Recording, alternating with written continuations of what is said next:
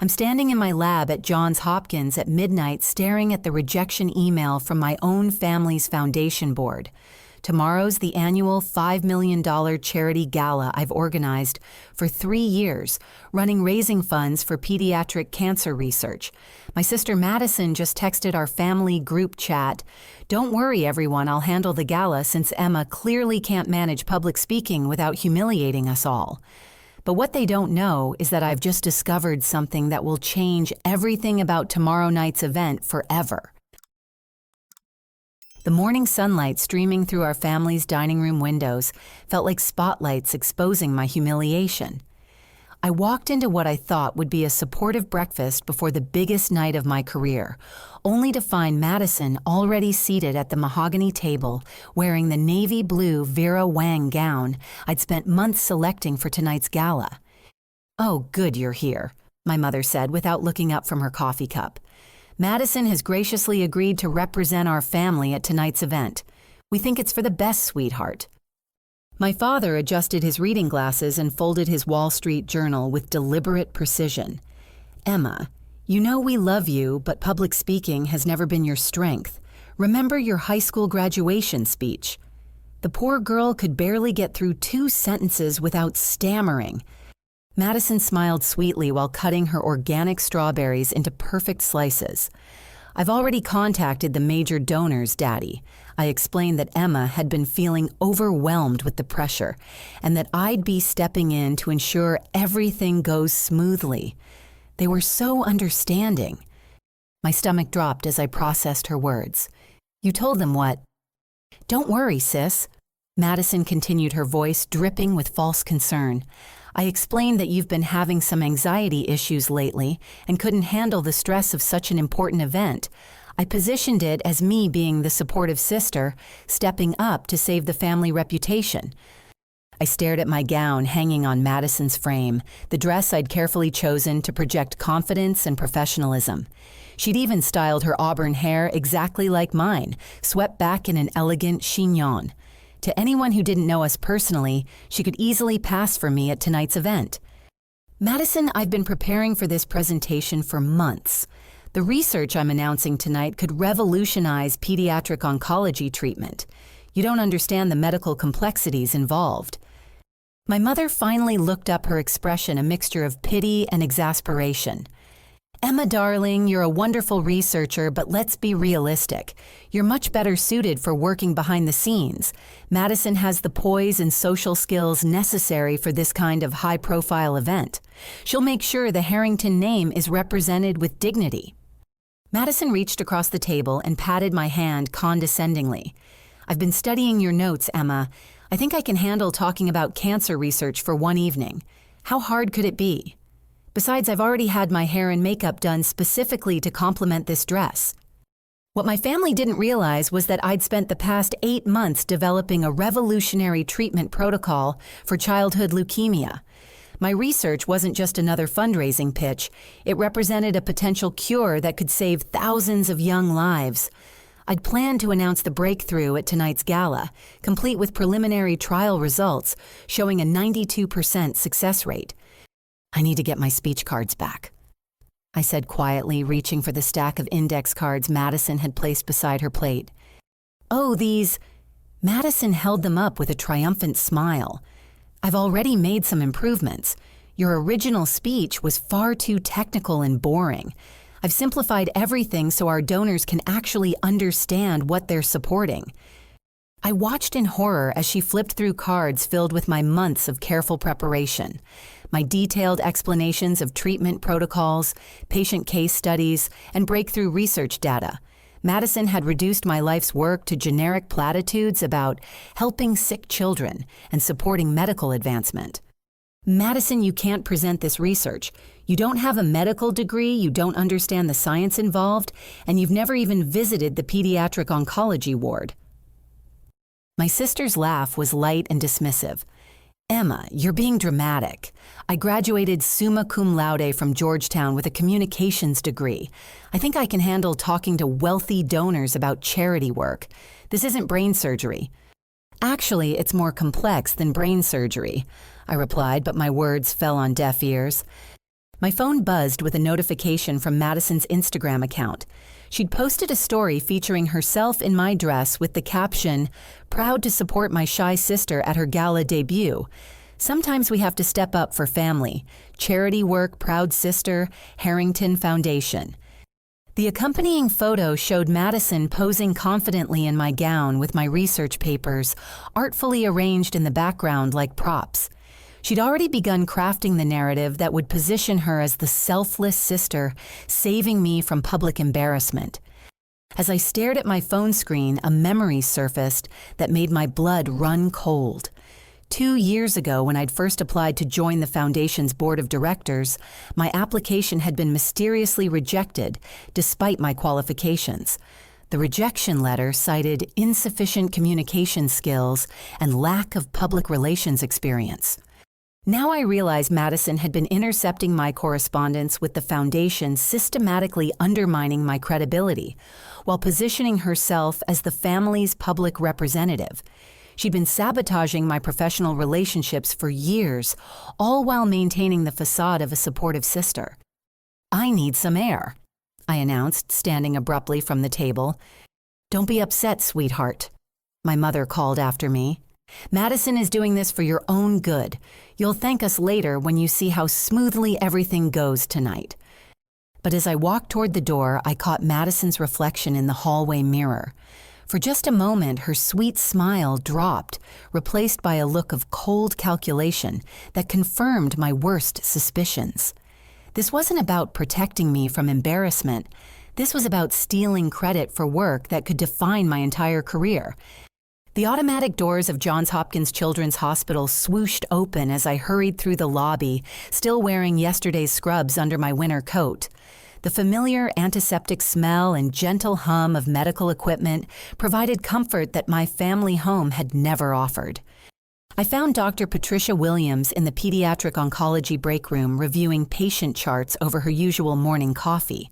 Patricia had been my mentor since residency, a brilliant physician who'd built a reputation treating the most challenging childhood cancer cases on the East Coast. "Emma, you look like you've seen a ghost. Shouldn't you be getting ready for tonight's big presentation?" The words tumbled out before I could stop them. Everything about Madison's deception, my family's dismissal, the stolen dress, the intercepted emails. Patricia listened without interruption, her dark eyes growing more concerned with each detail. "I had a feeling something like this might happen," Patricia said, finally setting down her coffee cup. "I've been watching your family dynamics at hospital events for the past few years. Your sister's behavior always struck me as performative rather than genuinely supportive." She stood and walked to the window overlooking the children's play area, where young patients in colorful pajamas played under the supervision of child life specialists. "Emma, what I'm about to tell you might surprise you. You're not alone in this situation. There's a network of female physicians who've faced similar challenges with family members who tried to diminish or steal credit for their professional accomplishments." Patricia pulled out her phone and scrolled through her contacts.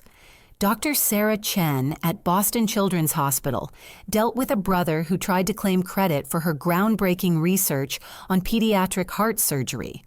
Dr. Maria Rodriguez at Children's Hospital of Philadelphia had a sister who attempted to take over her role at a major medical conference. She showed me a group text thread titled Professional Sisters Support Network. The conversation history revealed dozens of accomplished female doctors sharing strategies for handling family sabotage, professional undermining, and credit theft. "We've been quietly supporting each other for years," Patricia continued. "When I heard about your breakthrough with the leukemia treatment protocol, I shared your research with several colleagues in our network. Emma, your work is extraordinary. Those 92% success rates you achieved in preliminary trials represent the most significant advancement in childhood leukemia treatment in the past 2 decades. My throat tightened with emotion. While my own family dismissed my capabilities, respected colleagues across the country had been following my research progress. Patricia opened her laptop and pulled up a PowerPoint presentation I'd never seen before. We took the liberty of creating a comprehensive overview of your treatment protocol, complete with patient testimonials, research data, and projected impact statistics. Dr. Rodriguez's daughter was one of your first successful patients, Emma. She's been cancer-free for 18 months thanks to your treatment. The slides were professionally designed, featuring detailed medical charts before and after patient photos, with permission and testimonials from grateful families. It was everything I'd wanted to present tonight, but had been too modest to compile myself. You did this for me. We did this because your work deserves recognition and because we refuse to let talented female physicians be silenced by family politics. Patricia closed the laptop and looked directly at me. Emma, I need to tell you something else. Your sister has been calling our department for the past 6 months, claiming to be conducting research for foundation grant applications. She's been fishing for information about your work while presenting herself as your collaborative partner. The betrayal cut deeper than I'd expected. Madison hadn't just been passively undermining me. She'd been actively gathering intelligence to steal credit for my research. There's something else, Patricia continued. Through our professional network, we discovered that Madison has been romantically involved with David Sterling, the pharmaceutical billionaire, who's expected to make the largest donation at tonight's gala. She's been using that relationship to secure her position as the family's representative. David Sterling was worth approximately $4 billion and had lost his younger brother to childhood leukemia 15 years earlier. His foundation had become one of the most influential funders of pediatric cancer research in North America. If Madison was manipulating him romantically while positioning herself to claim credit for breakthrough research, the implications were staggering. Patricia, I feel like I'm drowning. How do I fight back against this level of deception? She smiled with the confidence of someone who'd mentored countless young doctors through professional crises. Emma, you fight back by being exactly who you are, a brilliant physician with groundbreaking research that speaks for itself. Tonight you're going to walk into that gala with your head held high, carrying the real presentation your colleagues helped prepare, and you're going to show everyone the difference between authentic medical expertise and superficial performance. Patricia handed me a USB drive containing the comprehensive presentation. Dr. Williams from Children's National and Dr. Thompson from Cincinnati Children's Hospital will be attending tonight's gala. They're specifically coming to support you and witness the announcement of your breakthrough research. You won't be alone in that room, Emma. She paused and looked directly into my eyes. But I need to prepare you for something. We have reason to believe Madison is planning to present your research as her own work. We've been monitoring social media activity and foundation communications. She's been setting up the narrative that she's been collaborating on this breakthrough treatment for months. My hands trembled as I processed the full scope of Madison's deception. She wasn't just stealing my moment. She was attempting to steal credit for research that could save thousands of children's lives. What do I do? You show up prepared, confident, and ready to reclaim what's rightfully yours. And Emma. Patricia's voice carried the authority of 2 decades in medicine. You remember that authenticity always wins in the end. Madison may have charm and social skills, but she doesn't have your knowledge, your passion, or your genuine commitment to saving children's lives. When the moment comes for real questions about medical research, her facade will crumble. As I left the hospital that afternoon, USB drive safely tucked in my purse, I felt something I hadn't experienced in years, the support of colleagues who truly understood my worth. Madison may have stolen my dress and my family's confidence, but she couldn't steal my expertise or the network of professional allies who believed in my work. The grand ballroom at the Four Seasons. Baltimore gleamed under crystal chandeliers, each table adorned with white orchids and elegant place settings that cost more than most people's monthly salaries. I stood in the service corridor beside the kitchen, watching through a crack in the doorway as Baltimore's most influential philanthropists mingled over champagne and hors d'oeuvres. Madison commanded the center of attention near the silent auction display, my navy blue gown flowing perfectly as she gestured animatedly to a circle of captivated donors. Her auburn hair caught the chandelier light exactly as I'd planned when I'd practiced my presentation in front of my bedroom mirror dozens of times over the past month. "Excuse me, aren't you Dr. Emma Harrington?" A young server approached me hesitantly carrying a tray of empty champagne flutes. "Yes, I am."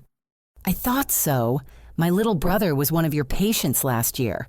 Tommy Rodriguez. He's been cancer-free for 14 months now thanks to your treatment." Her eyes brightened with genuine gratitude. "What are you doing back here? Shouldn't you be out there with all the donors?" Before I could answer, another server joined our conversation. "Wait, if you're Dr. Harrington, then who's that lady in the blue dress claiming to be you? She's been introducing herself as Dr. Emma Harrington to everyone who will listen." Through the doorway, I watched Madison accept congratulations from elderly board members who praised her groundbreaking medical research and dedication to saving children's lives. She nodded graciously, accepting credit for years of work she'd never participated in. She told the event coordinator that the real Dr. Harrington was too ill to attend tonight. The first server continued, said she was representing the family's medical legacy in your absence. My stomach churned as I witnessed the scope of Madison's deception. She hadn't simply replaced me, she'd erased my existence from the entire event while assuming my identity and professional accomplishments. A commotion near the main entrance caught my attention. Channel 11 News had arrived with their cameras, seeking the promised interview with Dr. Emma Harrington about her breakthrough cancer research. The lead reporter, Jessica Martinez, scanned the crowd before approaching Madison. "Dr. Harrington, I'm Jessica Martinez from Channel 11. We spoke last week about featuring your revolutionary leukemia treatment on tonight's medical segment." Madison's smile never wavered as she extended her hand. "Of course, I'm so excited to share this incredible breakthrough with your viewers. This treatment represents hope for thousands of families facing childhood cancer."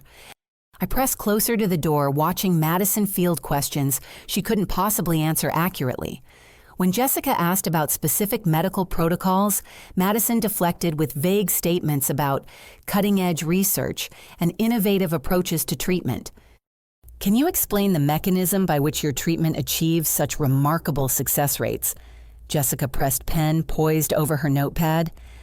"Well," Madison paused, her confidence flickering for just a moment.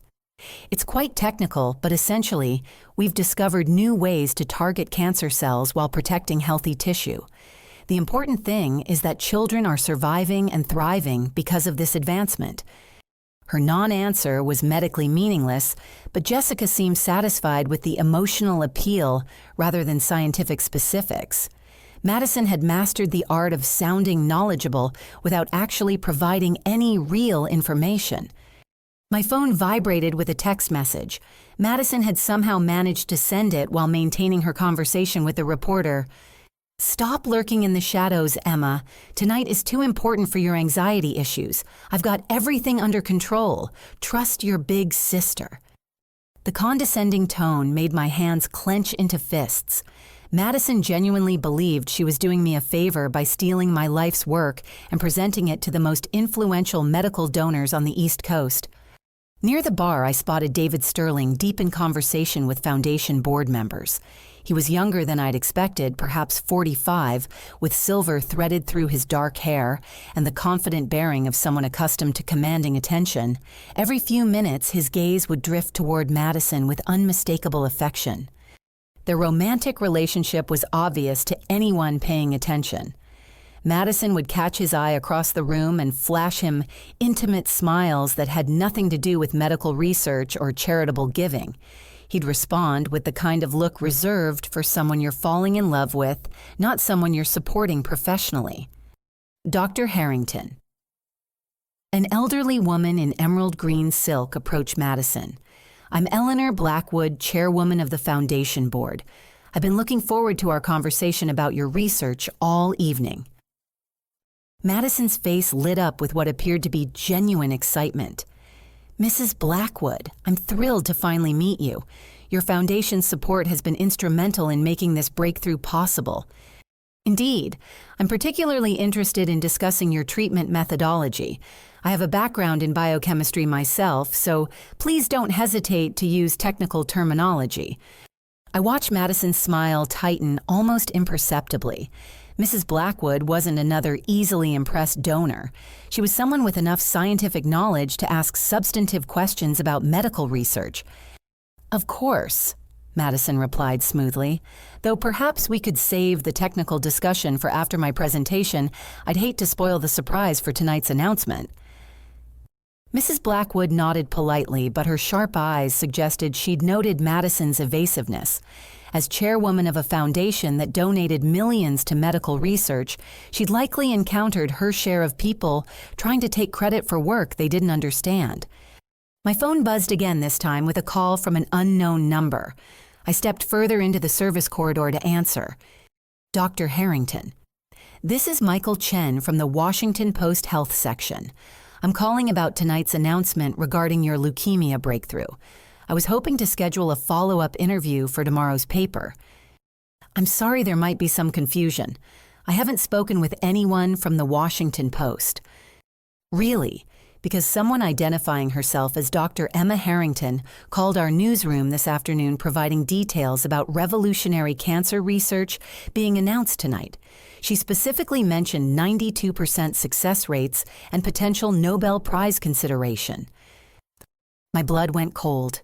Madison hadn't just stolen my presentation. She'd been actively promoting herself to national media outlets using my name and research data. She was systematically ensuring that any coverage of tonight's breakthrough would credit her instead of me.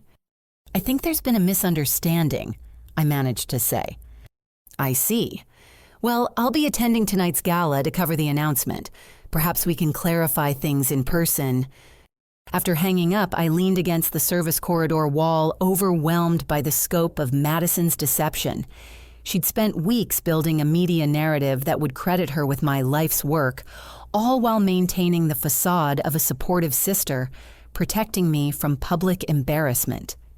Through the doorway, I watched her excuse herself from a conversation to step into a quiet corner near the coat check. She pulled out her phone and made a call, speaking in hushed tones, while glancing around to ensure privacy. I crept closer, straining to hear her conversation over the ballroom's ambient noise. Phase 2 starts in 30 minutes, she said quietly. Once I announce the breakthrough research as my own work, we'll have established the credibility needed for the next step. Yes, David is completely convinced. He thinks he's dating the brilliant Dr. Emma Harrington, who's revolutionizing cancer treatment. By the time tonight is over, I'll be positioned as the medical genius behind the most important pediatric oncology advancement in decades. She paused, listening to the person on the other end. Don't worry about Emma, she's too timid to cause any real problems. Besides, who would believe her over me after tonight's presentation? I'll have documented proof of announcing this research to 500 witnesses, including national media coverage. The full scope of her plan crystallized in that moment. Madison wasn't just stealing credit for my current research, she was positioning herself to claim ownership of any future breakthroughs I might achieve. She was systematically destroying my professional credibility while building her own reputation on my work. As she ended her call and returned to the crowd of admirers, I realized that everything I'd worked for hung in the balance. If Madison successfully presented my research as her own tonight, she wouldn't just be stealing one moment of recognition, she'd be stealing my entire future as a medical researcher. Mrs. Eleanor Blackwood circulated through the gala with the practiced grace of someone who'd spent 40 years evaluating charitable organizations and the people who claimed to represent them. At 72, she'd developed an instinct for detecting deception that had saved her family foundation millions of dollars over the decades. Something about the woman claiming to be Dr. Emma Harrington didn't align with the medical professional she'd expected to meet. During their brief conversation, Madison's responses had been surprisingly superficial for someone supposedly at the forefront of breakthrough cancer research. Eleanor excused herself from a conversation about art acquisition and made her way to the ladies' lounge where she could make some discreet phone calls without interruption. Her first call was to Dr. Janet Morrison at Johns Hopkins. Janet, this is Eleanor Blackwood. I need some quick background verification on one of your researchers, Dr. Emma Harrington in pediatric oncology. Emma. She's absolutely brilliant. One of the most dedicated physicians I've worked with in 30 years. Her leukemia treatment protocol is genuinely revolutionary. Why do you ask? I'm at the foundation gala where she's supposed to present her research, but something feels off. The woman claiming to be Dr. Harrington seems to lack depth of knowledge about her own work. There was a pause on Janet's end. Eleanor, that's very strange. Emma knows that research inside and out. She could explain the molecular mechanisms in her sleep. If someone seems unfamiliar with the details, they're definitely not Emma Harrington. Eleanor's suspicions solidified. Can you send me Dr. Harrington's official hospital photo and contact information? I may need to verify some things. Her second call was to the hotel's security office. As a major donor and board member, Eleanor had access to surveillance footage when situations warranted investigation. This is Mrs. Blackwood. I need to review tonight's security recordings from the ballroom and service areas. Yes, I'll be down shortly. Before leaving the lounge, Eleanor sent a quick text to her assistant. Research everything available on Dr. Emma Harrington, Johns Hopkins Pediatric Oncology. Send all findings to my phone immediately. The hotel's security office occupied a small room on the second floor, lined with monitors displaying various camera angles throughout the building. The security manager, Robert Torres, had worked with Eleanor on several foundation events and understood the importance of discretion. What specific time frame are you interested in? Mrs. Blackwood. Start from 6 p.m. when guests began arriving. I'm looking for 2 women, both with auburn hair and similar dresses. One has been mingling with donors, the other seems to be staying out of sight. They reviewed the footage together, and Eleanor's suspicions were confirmed within minutes. The cameras clearly showed 2 women, one commanding attention in the ballroom, while claiming to be Dr. Harrington, and another who'd spent most of the evening observing from service areas and corridors. Robert, can you isolate footage of the woman who's been staying hidden? I want to see her interactions with hotel staff. The recordings revealed several conversations between the mysterious woman and hotel employees. Even without audio, their body language suggested familiarity and respect. One server even hugged her briefly, indicating a personal connection. Eleanor's phone chimed with research results from her assistant. Dr. Emma Harrington's official hospital biography included her photo, and it clearly matched the woman who'd been hiding in the service corridors, not the one entertaining donors in the ballroom. Mrs. Blackwood, there's something else, Robert said, pulling up additional footage. The woman in the ballroom made a phone call about 20 minutes ago. Our lip-reading consultant might be able to help if you think it's relevant. Eleanor's foundation had employed professional lip readers before when investigating potential fraud. Send the footage immediately. This could be very important. Her phone rang with an incoming call from Maria Santos, a pediatric nurse at Johns Hopkins. Mrs. Blackwood, Dr. Morrison gave me your number. I wanted to call about Dr. Emma Harrington because I'm at your gala tonight with my family. We were hoping to thank her personally. What can you tell me about Dr. Harrington? She saved my daughter's life. Sophia was in the final stages of leukemia when Dr. Harrington accepted her into the experimental treatment program. That was 18 months ago. Sophia is now completely cancer-free and back to being a normal 8-year-old. Eleanor felt her heart rate increase. Can you describe Dr. Harrington's appearance? Auburn hair, about 5 feet 6 inches, very kind eyes. She's modest about her accomplishments, almost shy. She spent hours with our family explaining every aspect of the treatment in detail. Dr. Harrington is the most knowledgeable person I've ever met when it comes to pediatric leukemia research. Maria, I need you to look around the ballroom and tell me if you see Dr. Harrington. After a few minutes, Maria called back. Mrs. Blackwood, I don't see Dr. Harrington anywhere in the main ballroom. There's a woman in a navy dress who looks similar from a distance, but that's definitely not her. I'd recognize Dr. Harrington anywhere. Eleanor's investigation was revealing a clear pattern of deception. The woman entertaining donors in Dr. Harrington's dress was an imposter, while the real Dr. Harrington was apparently hiding somewhere in the building. Her phone displayed a text from David Sterling. "Looking forward to celebrating Emma's breakthrough tonight. This research could change everything for childhood leukemia treatment." Eleanor realized that David's romantic involvement with the imposter was compromising his judgment. As one of the foundation's largest donors, his support could legitimize whoever claimed credit for tonight's research announcement. She made one final verification call to Dr. Patricia Williams, whose name appeared frequently in connection with Dr. Harrington's research. "Patricia, this is Eleanor Blackwood. I'm calling about Emma Harrington's presentation tonight." "Eleanor, thank goodness you called. Emma is there tonight, but her sister has been impersonating her and claiming credit for Emma's research. We've been trying to figure out how to handle this situation without creating a public scene." Her sister, Madison Harrington.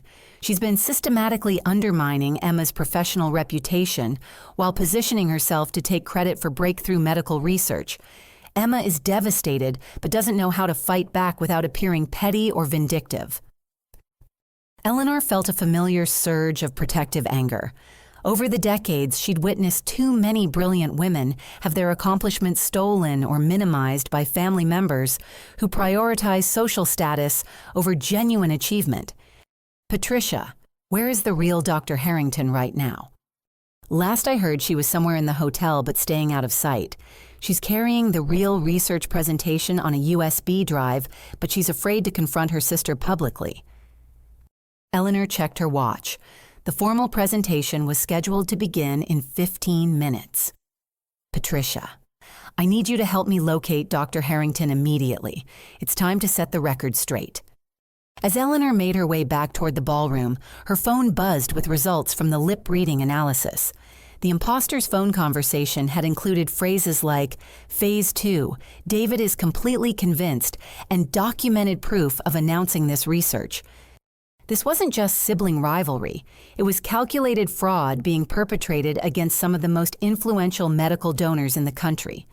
Eleanor had built her reputation on supporting authentic medical breakthroughs, and she refused to allow her foundation to become part of someone's elaborate deception. The time for discreet investigation had ended.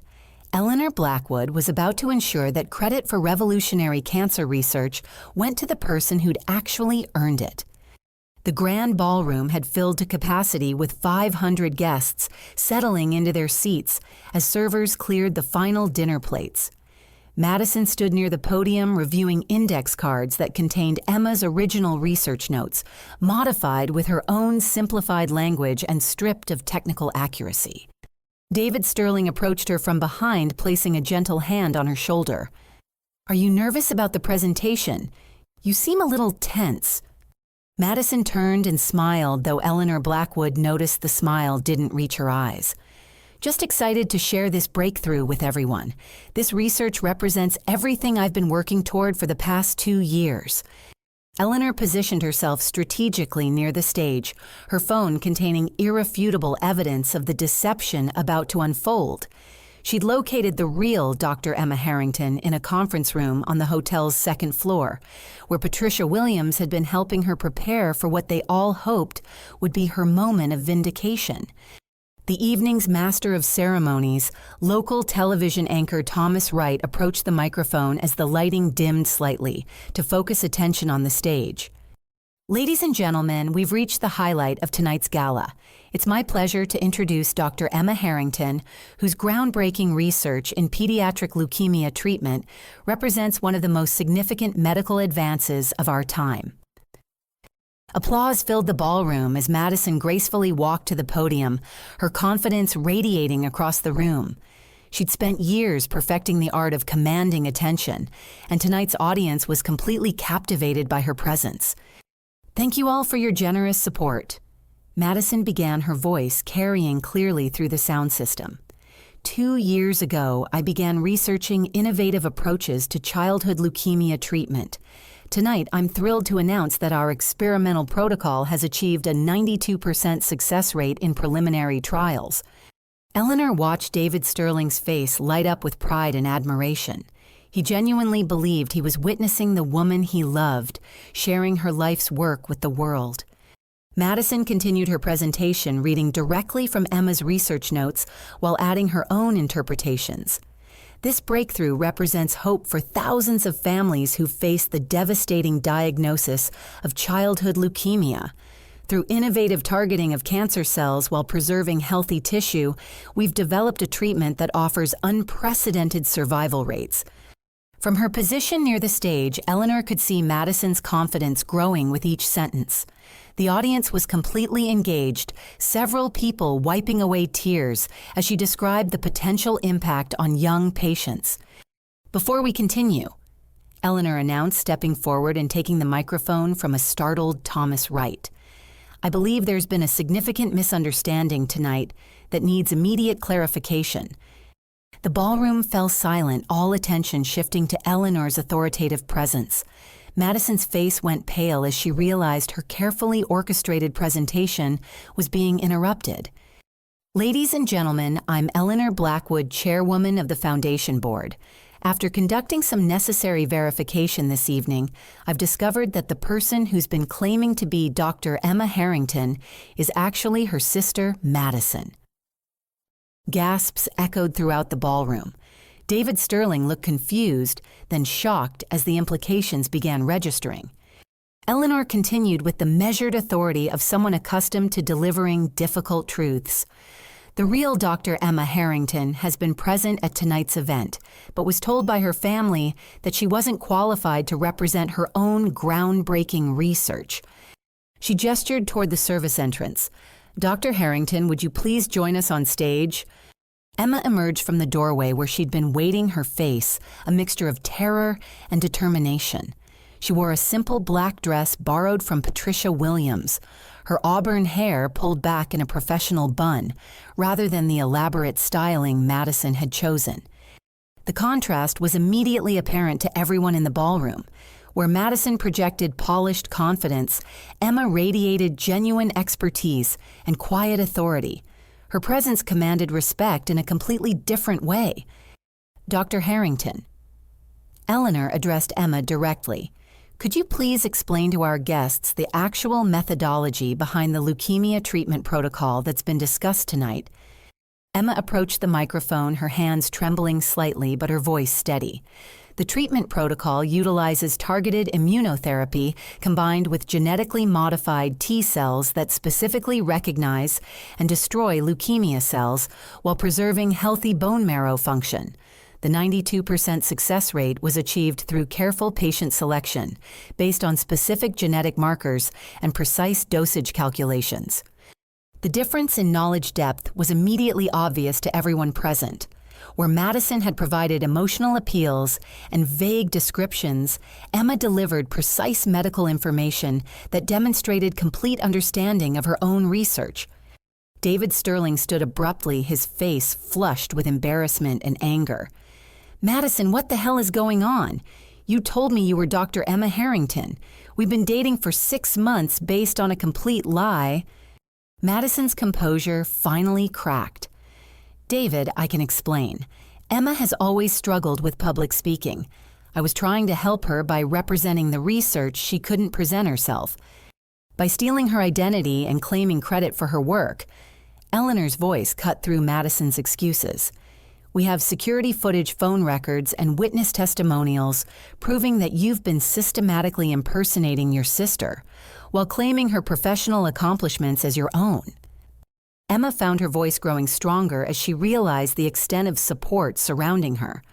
"Madison has been intercepting my professional correspondence for years, undermining my applications to foundation boards, and presenting herself as the medical expert in our family."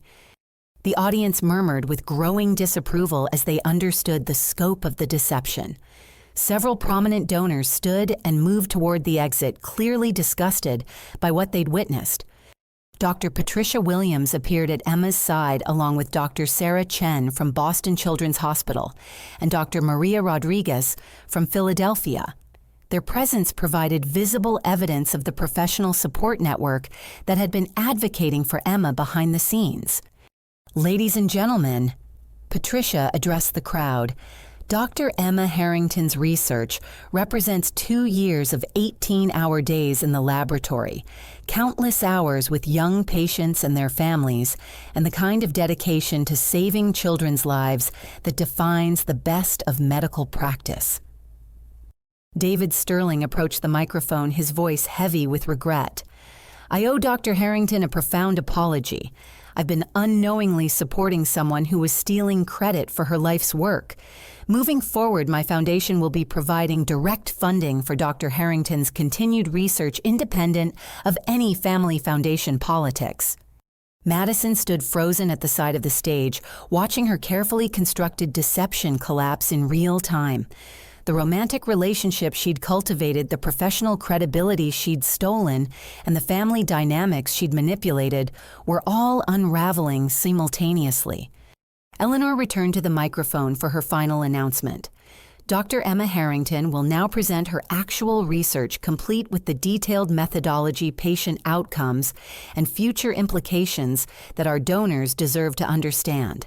This is what authentic medical breakthrough looks like. As Emma stepped forward to reclaim her moment, the applause that erupted was different from what Madison had received. This was recognition of genuine achievement, respect for authentic expertise, and support for someone who'd finally been given the opportunity to share her life's work without interference from family members who'd never understood its true value.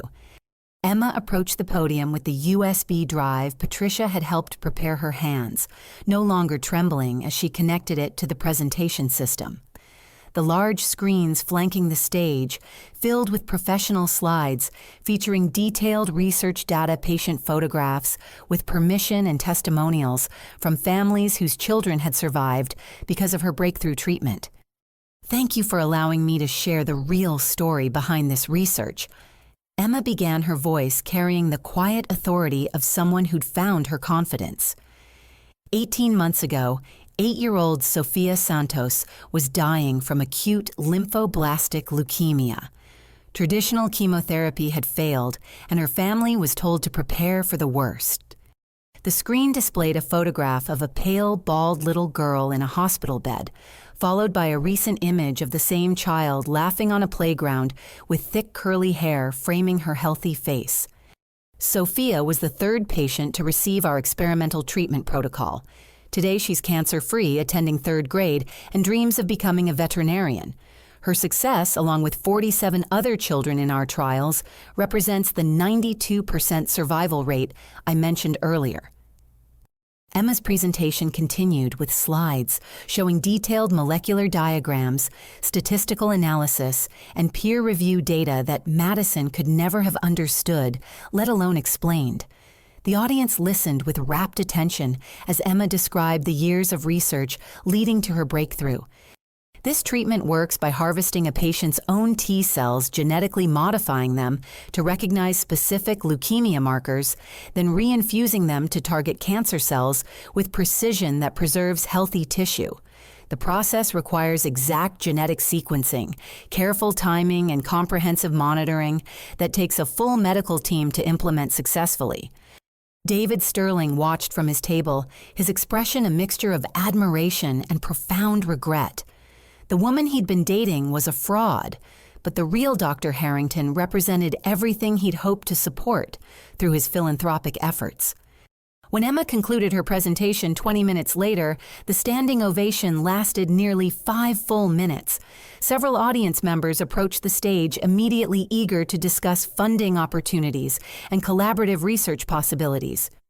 Dr. Jennifer Walsh from the National Cancer Institute had attended specifically to evaluate Emma's work. Dr. Harrington, your research represents the most promising development in pediatric leukemia treatment I've seen in my 20-year career. We'd like to discuss fast-tracking your protocol through expanded clinical trials.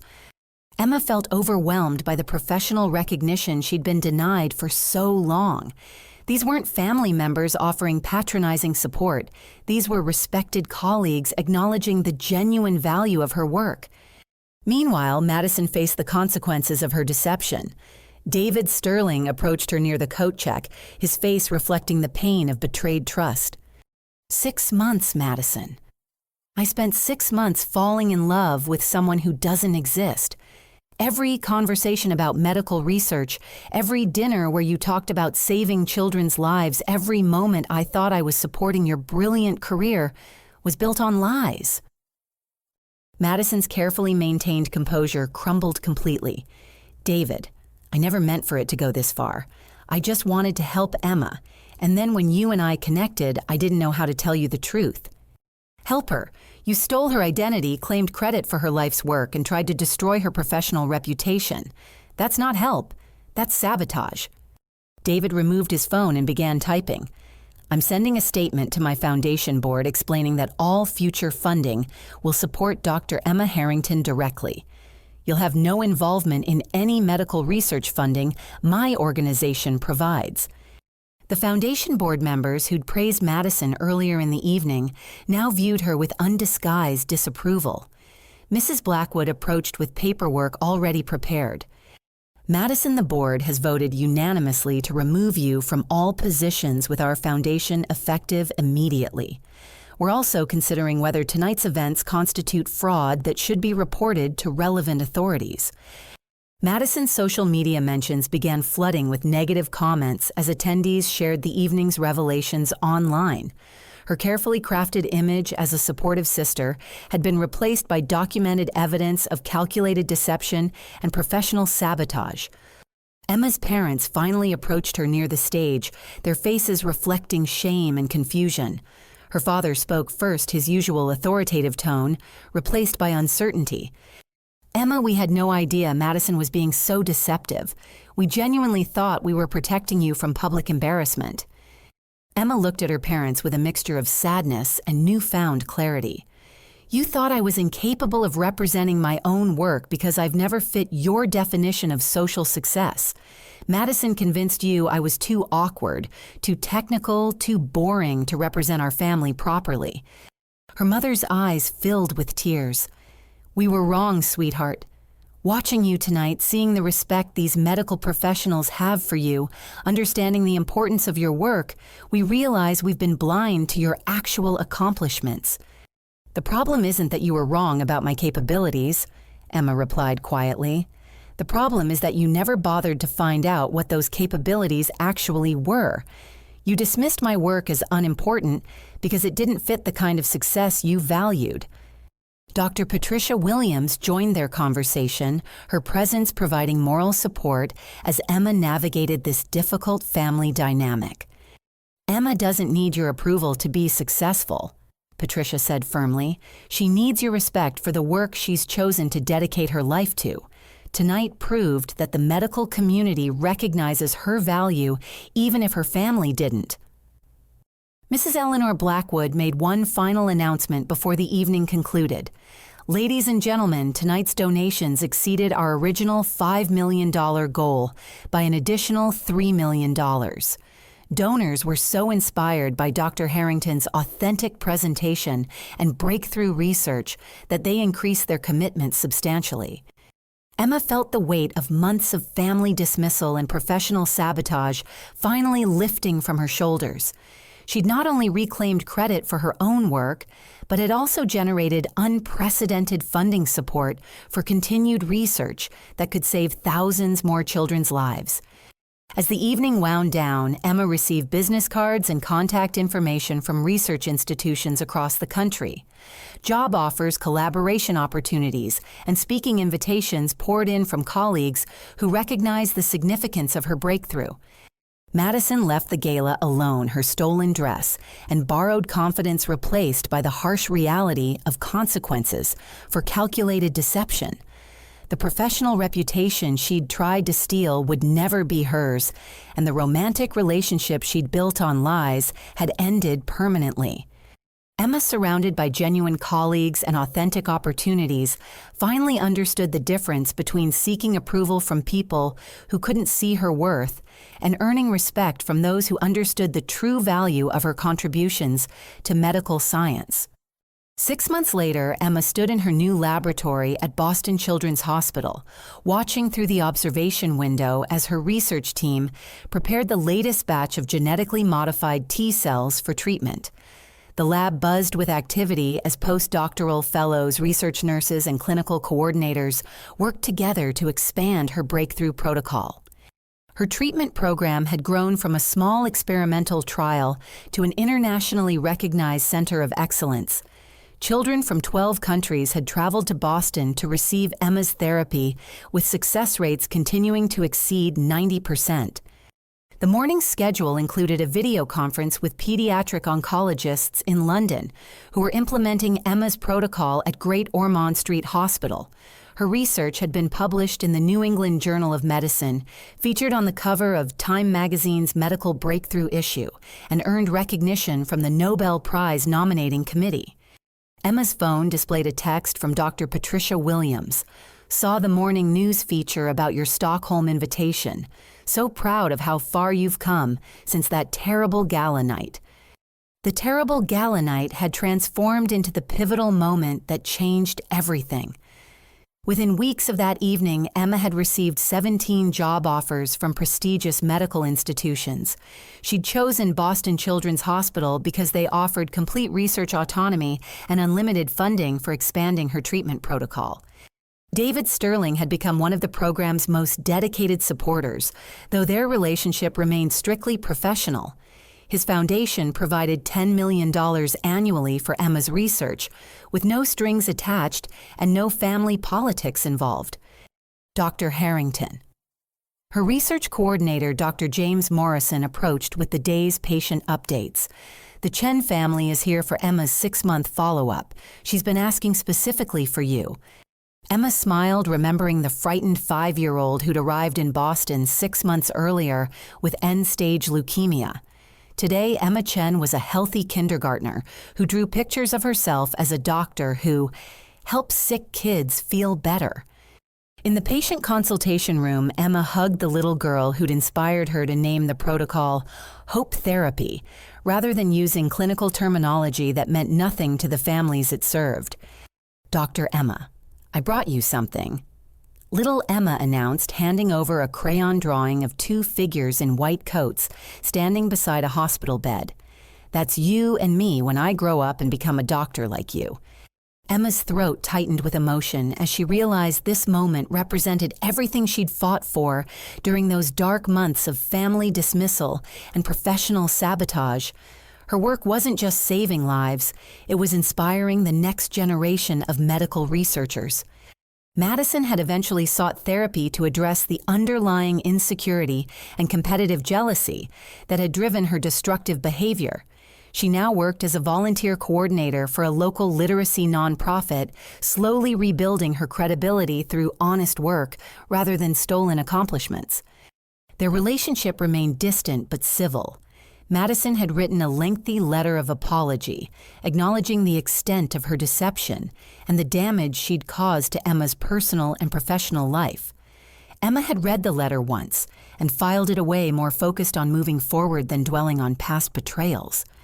Emma's parents had attended her Nobel Prize nomination ceremony in Stockholm, finally understanding the international significance of work they'd once dismissed as too technical to matter. Their relationship had evolved into mutual respect, though Emma maintained clear boundaries about her independence and professional autonomy. The afternoon brought Emma's favorite responsibility, presenting her research to medical students at Harvard. Standing before 200 future physicians, Emma reflected on the journey from family scapegoat to internationally recognized researcher. The most important lesson I learned wasn't in any medical textbook, Emma told the students. I learned that seeking validation from people who can't see your worth will always leave you feeling inadequate regardless of your actual accomplishments. She clicked to a slide showing photographs of her young patients, healthy children who'd survived because she'd refused to accept her family's limitations. Your work matters because of the lives it touches, not because of the approval it generates from people who don't understand its value. When you find yourself doubting your capabilities, remember that the only validation that truly matters comes from the positive impact you create in the world. A medical student raised her hand. Dr. Harrington, how do you handle family members who don't support your career choices? Emma paused, thinking of Madison's deception and her parents' dismissal. You love them as family, but you don't allow them to define your professional worth. Sometimes the people closest to us are the least equipped to see our potential, often because they knew us before we discovered our own strength. After the lecture, Emma returned to her laboratory where her team was preparing for the next day's treatments. 42 children from around the world would receive hope therapy over the next month, each representing a family whose nightmare was ending, because Emma had refused to accept other people's assessment of her limitations. Her phone rang with a call from Mrs. Eleanor Blackwood, whose foundation continued supporting Emma's research expansion. Emma, I wanted to personally congratulate you on the Edinburgh University invitation. Their pediatric research program will be transformed by your leadership. Thank you, Mrs. Blackwood. I still can't believe how much has changed since that night at the gala. Emma that night revealed who you really were underneath all the family dysfunction and manipulation. Your sister's deception was terrible, but it ultimately forced you to fight for recognition you deserved all along. After hanging up, Emma walked through the children's ward, stopping to visit patients receiving her treatment. Their families thanked her with tears of gratitude, sharing stories about hope restored and futures reclaimed. Standing at the window overlooking Boston Harbor as the sun set, Emma reflected on the profound truth she'd discovered through her journey from family disappointment to international recognition. She'd learned that the people who truly see your worth will never ask you to diminish yourself to make them comfortable. Sometimes the greatest gift you can give yourself is permission to outgrow the limitations others place on you, even when those others are family members who claim to love you. Emma's research had saved hundreds of children's lives, but perhaps more importantly, her refusal to accept other people's assessment of her capabilities had saved her own life from the suffocating limitations of seeking approval from those incapable of recognizing genuine worth.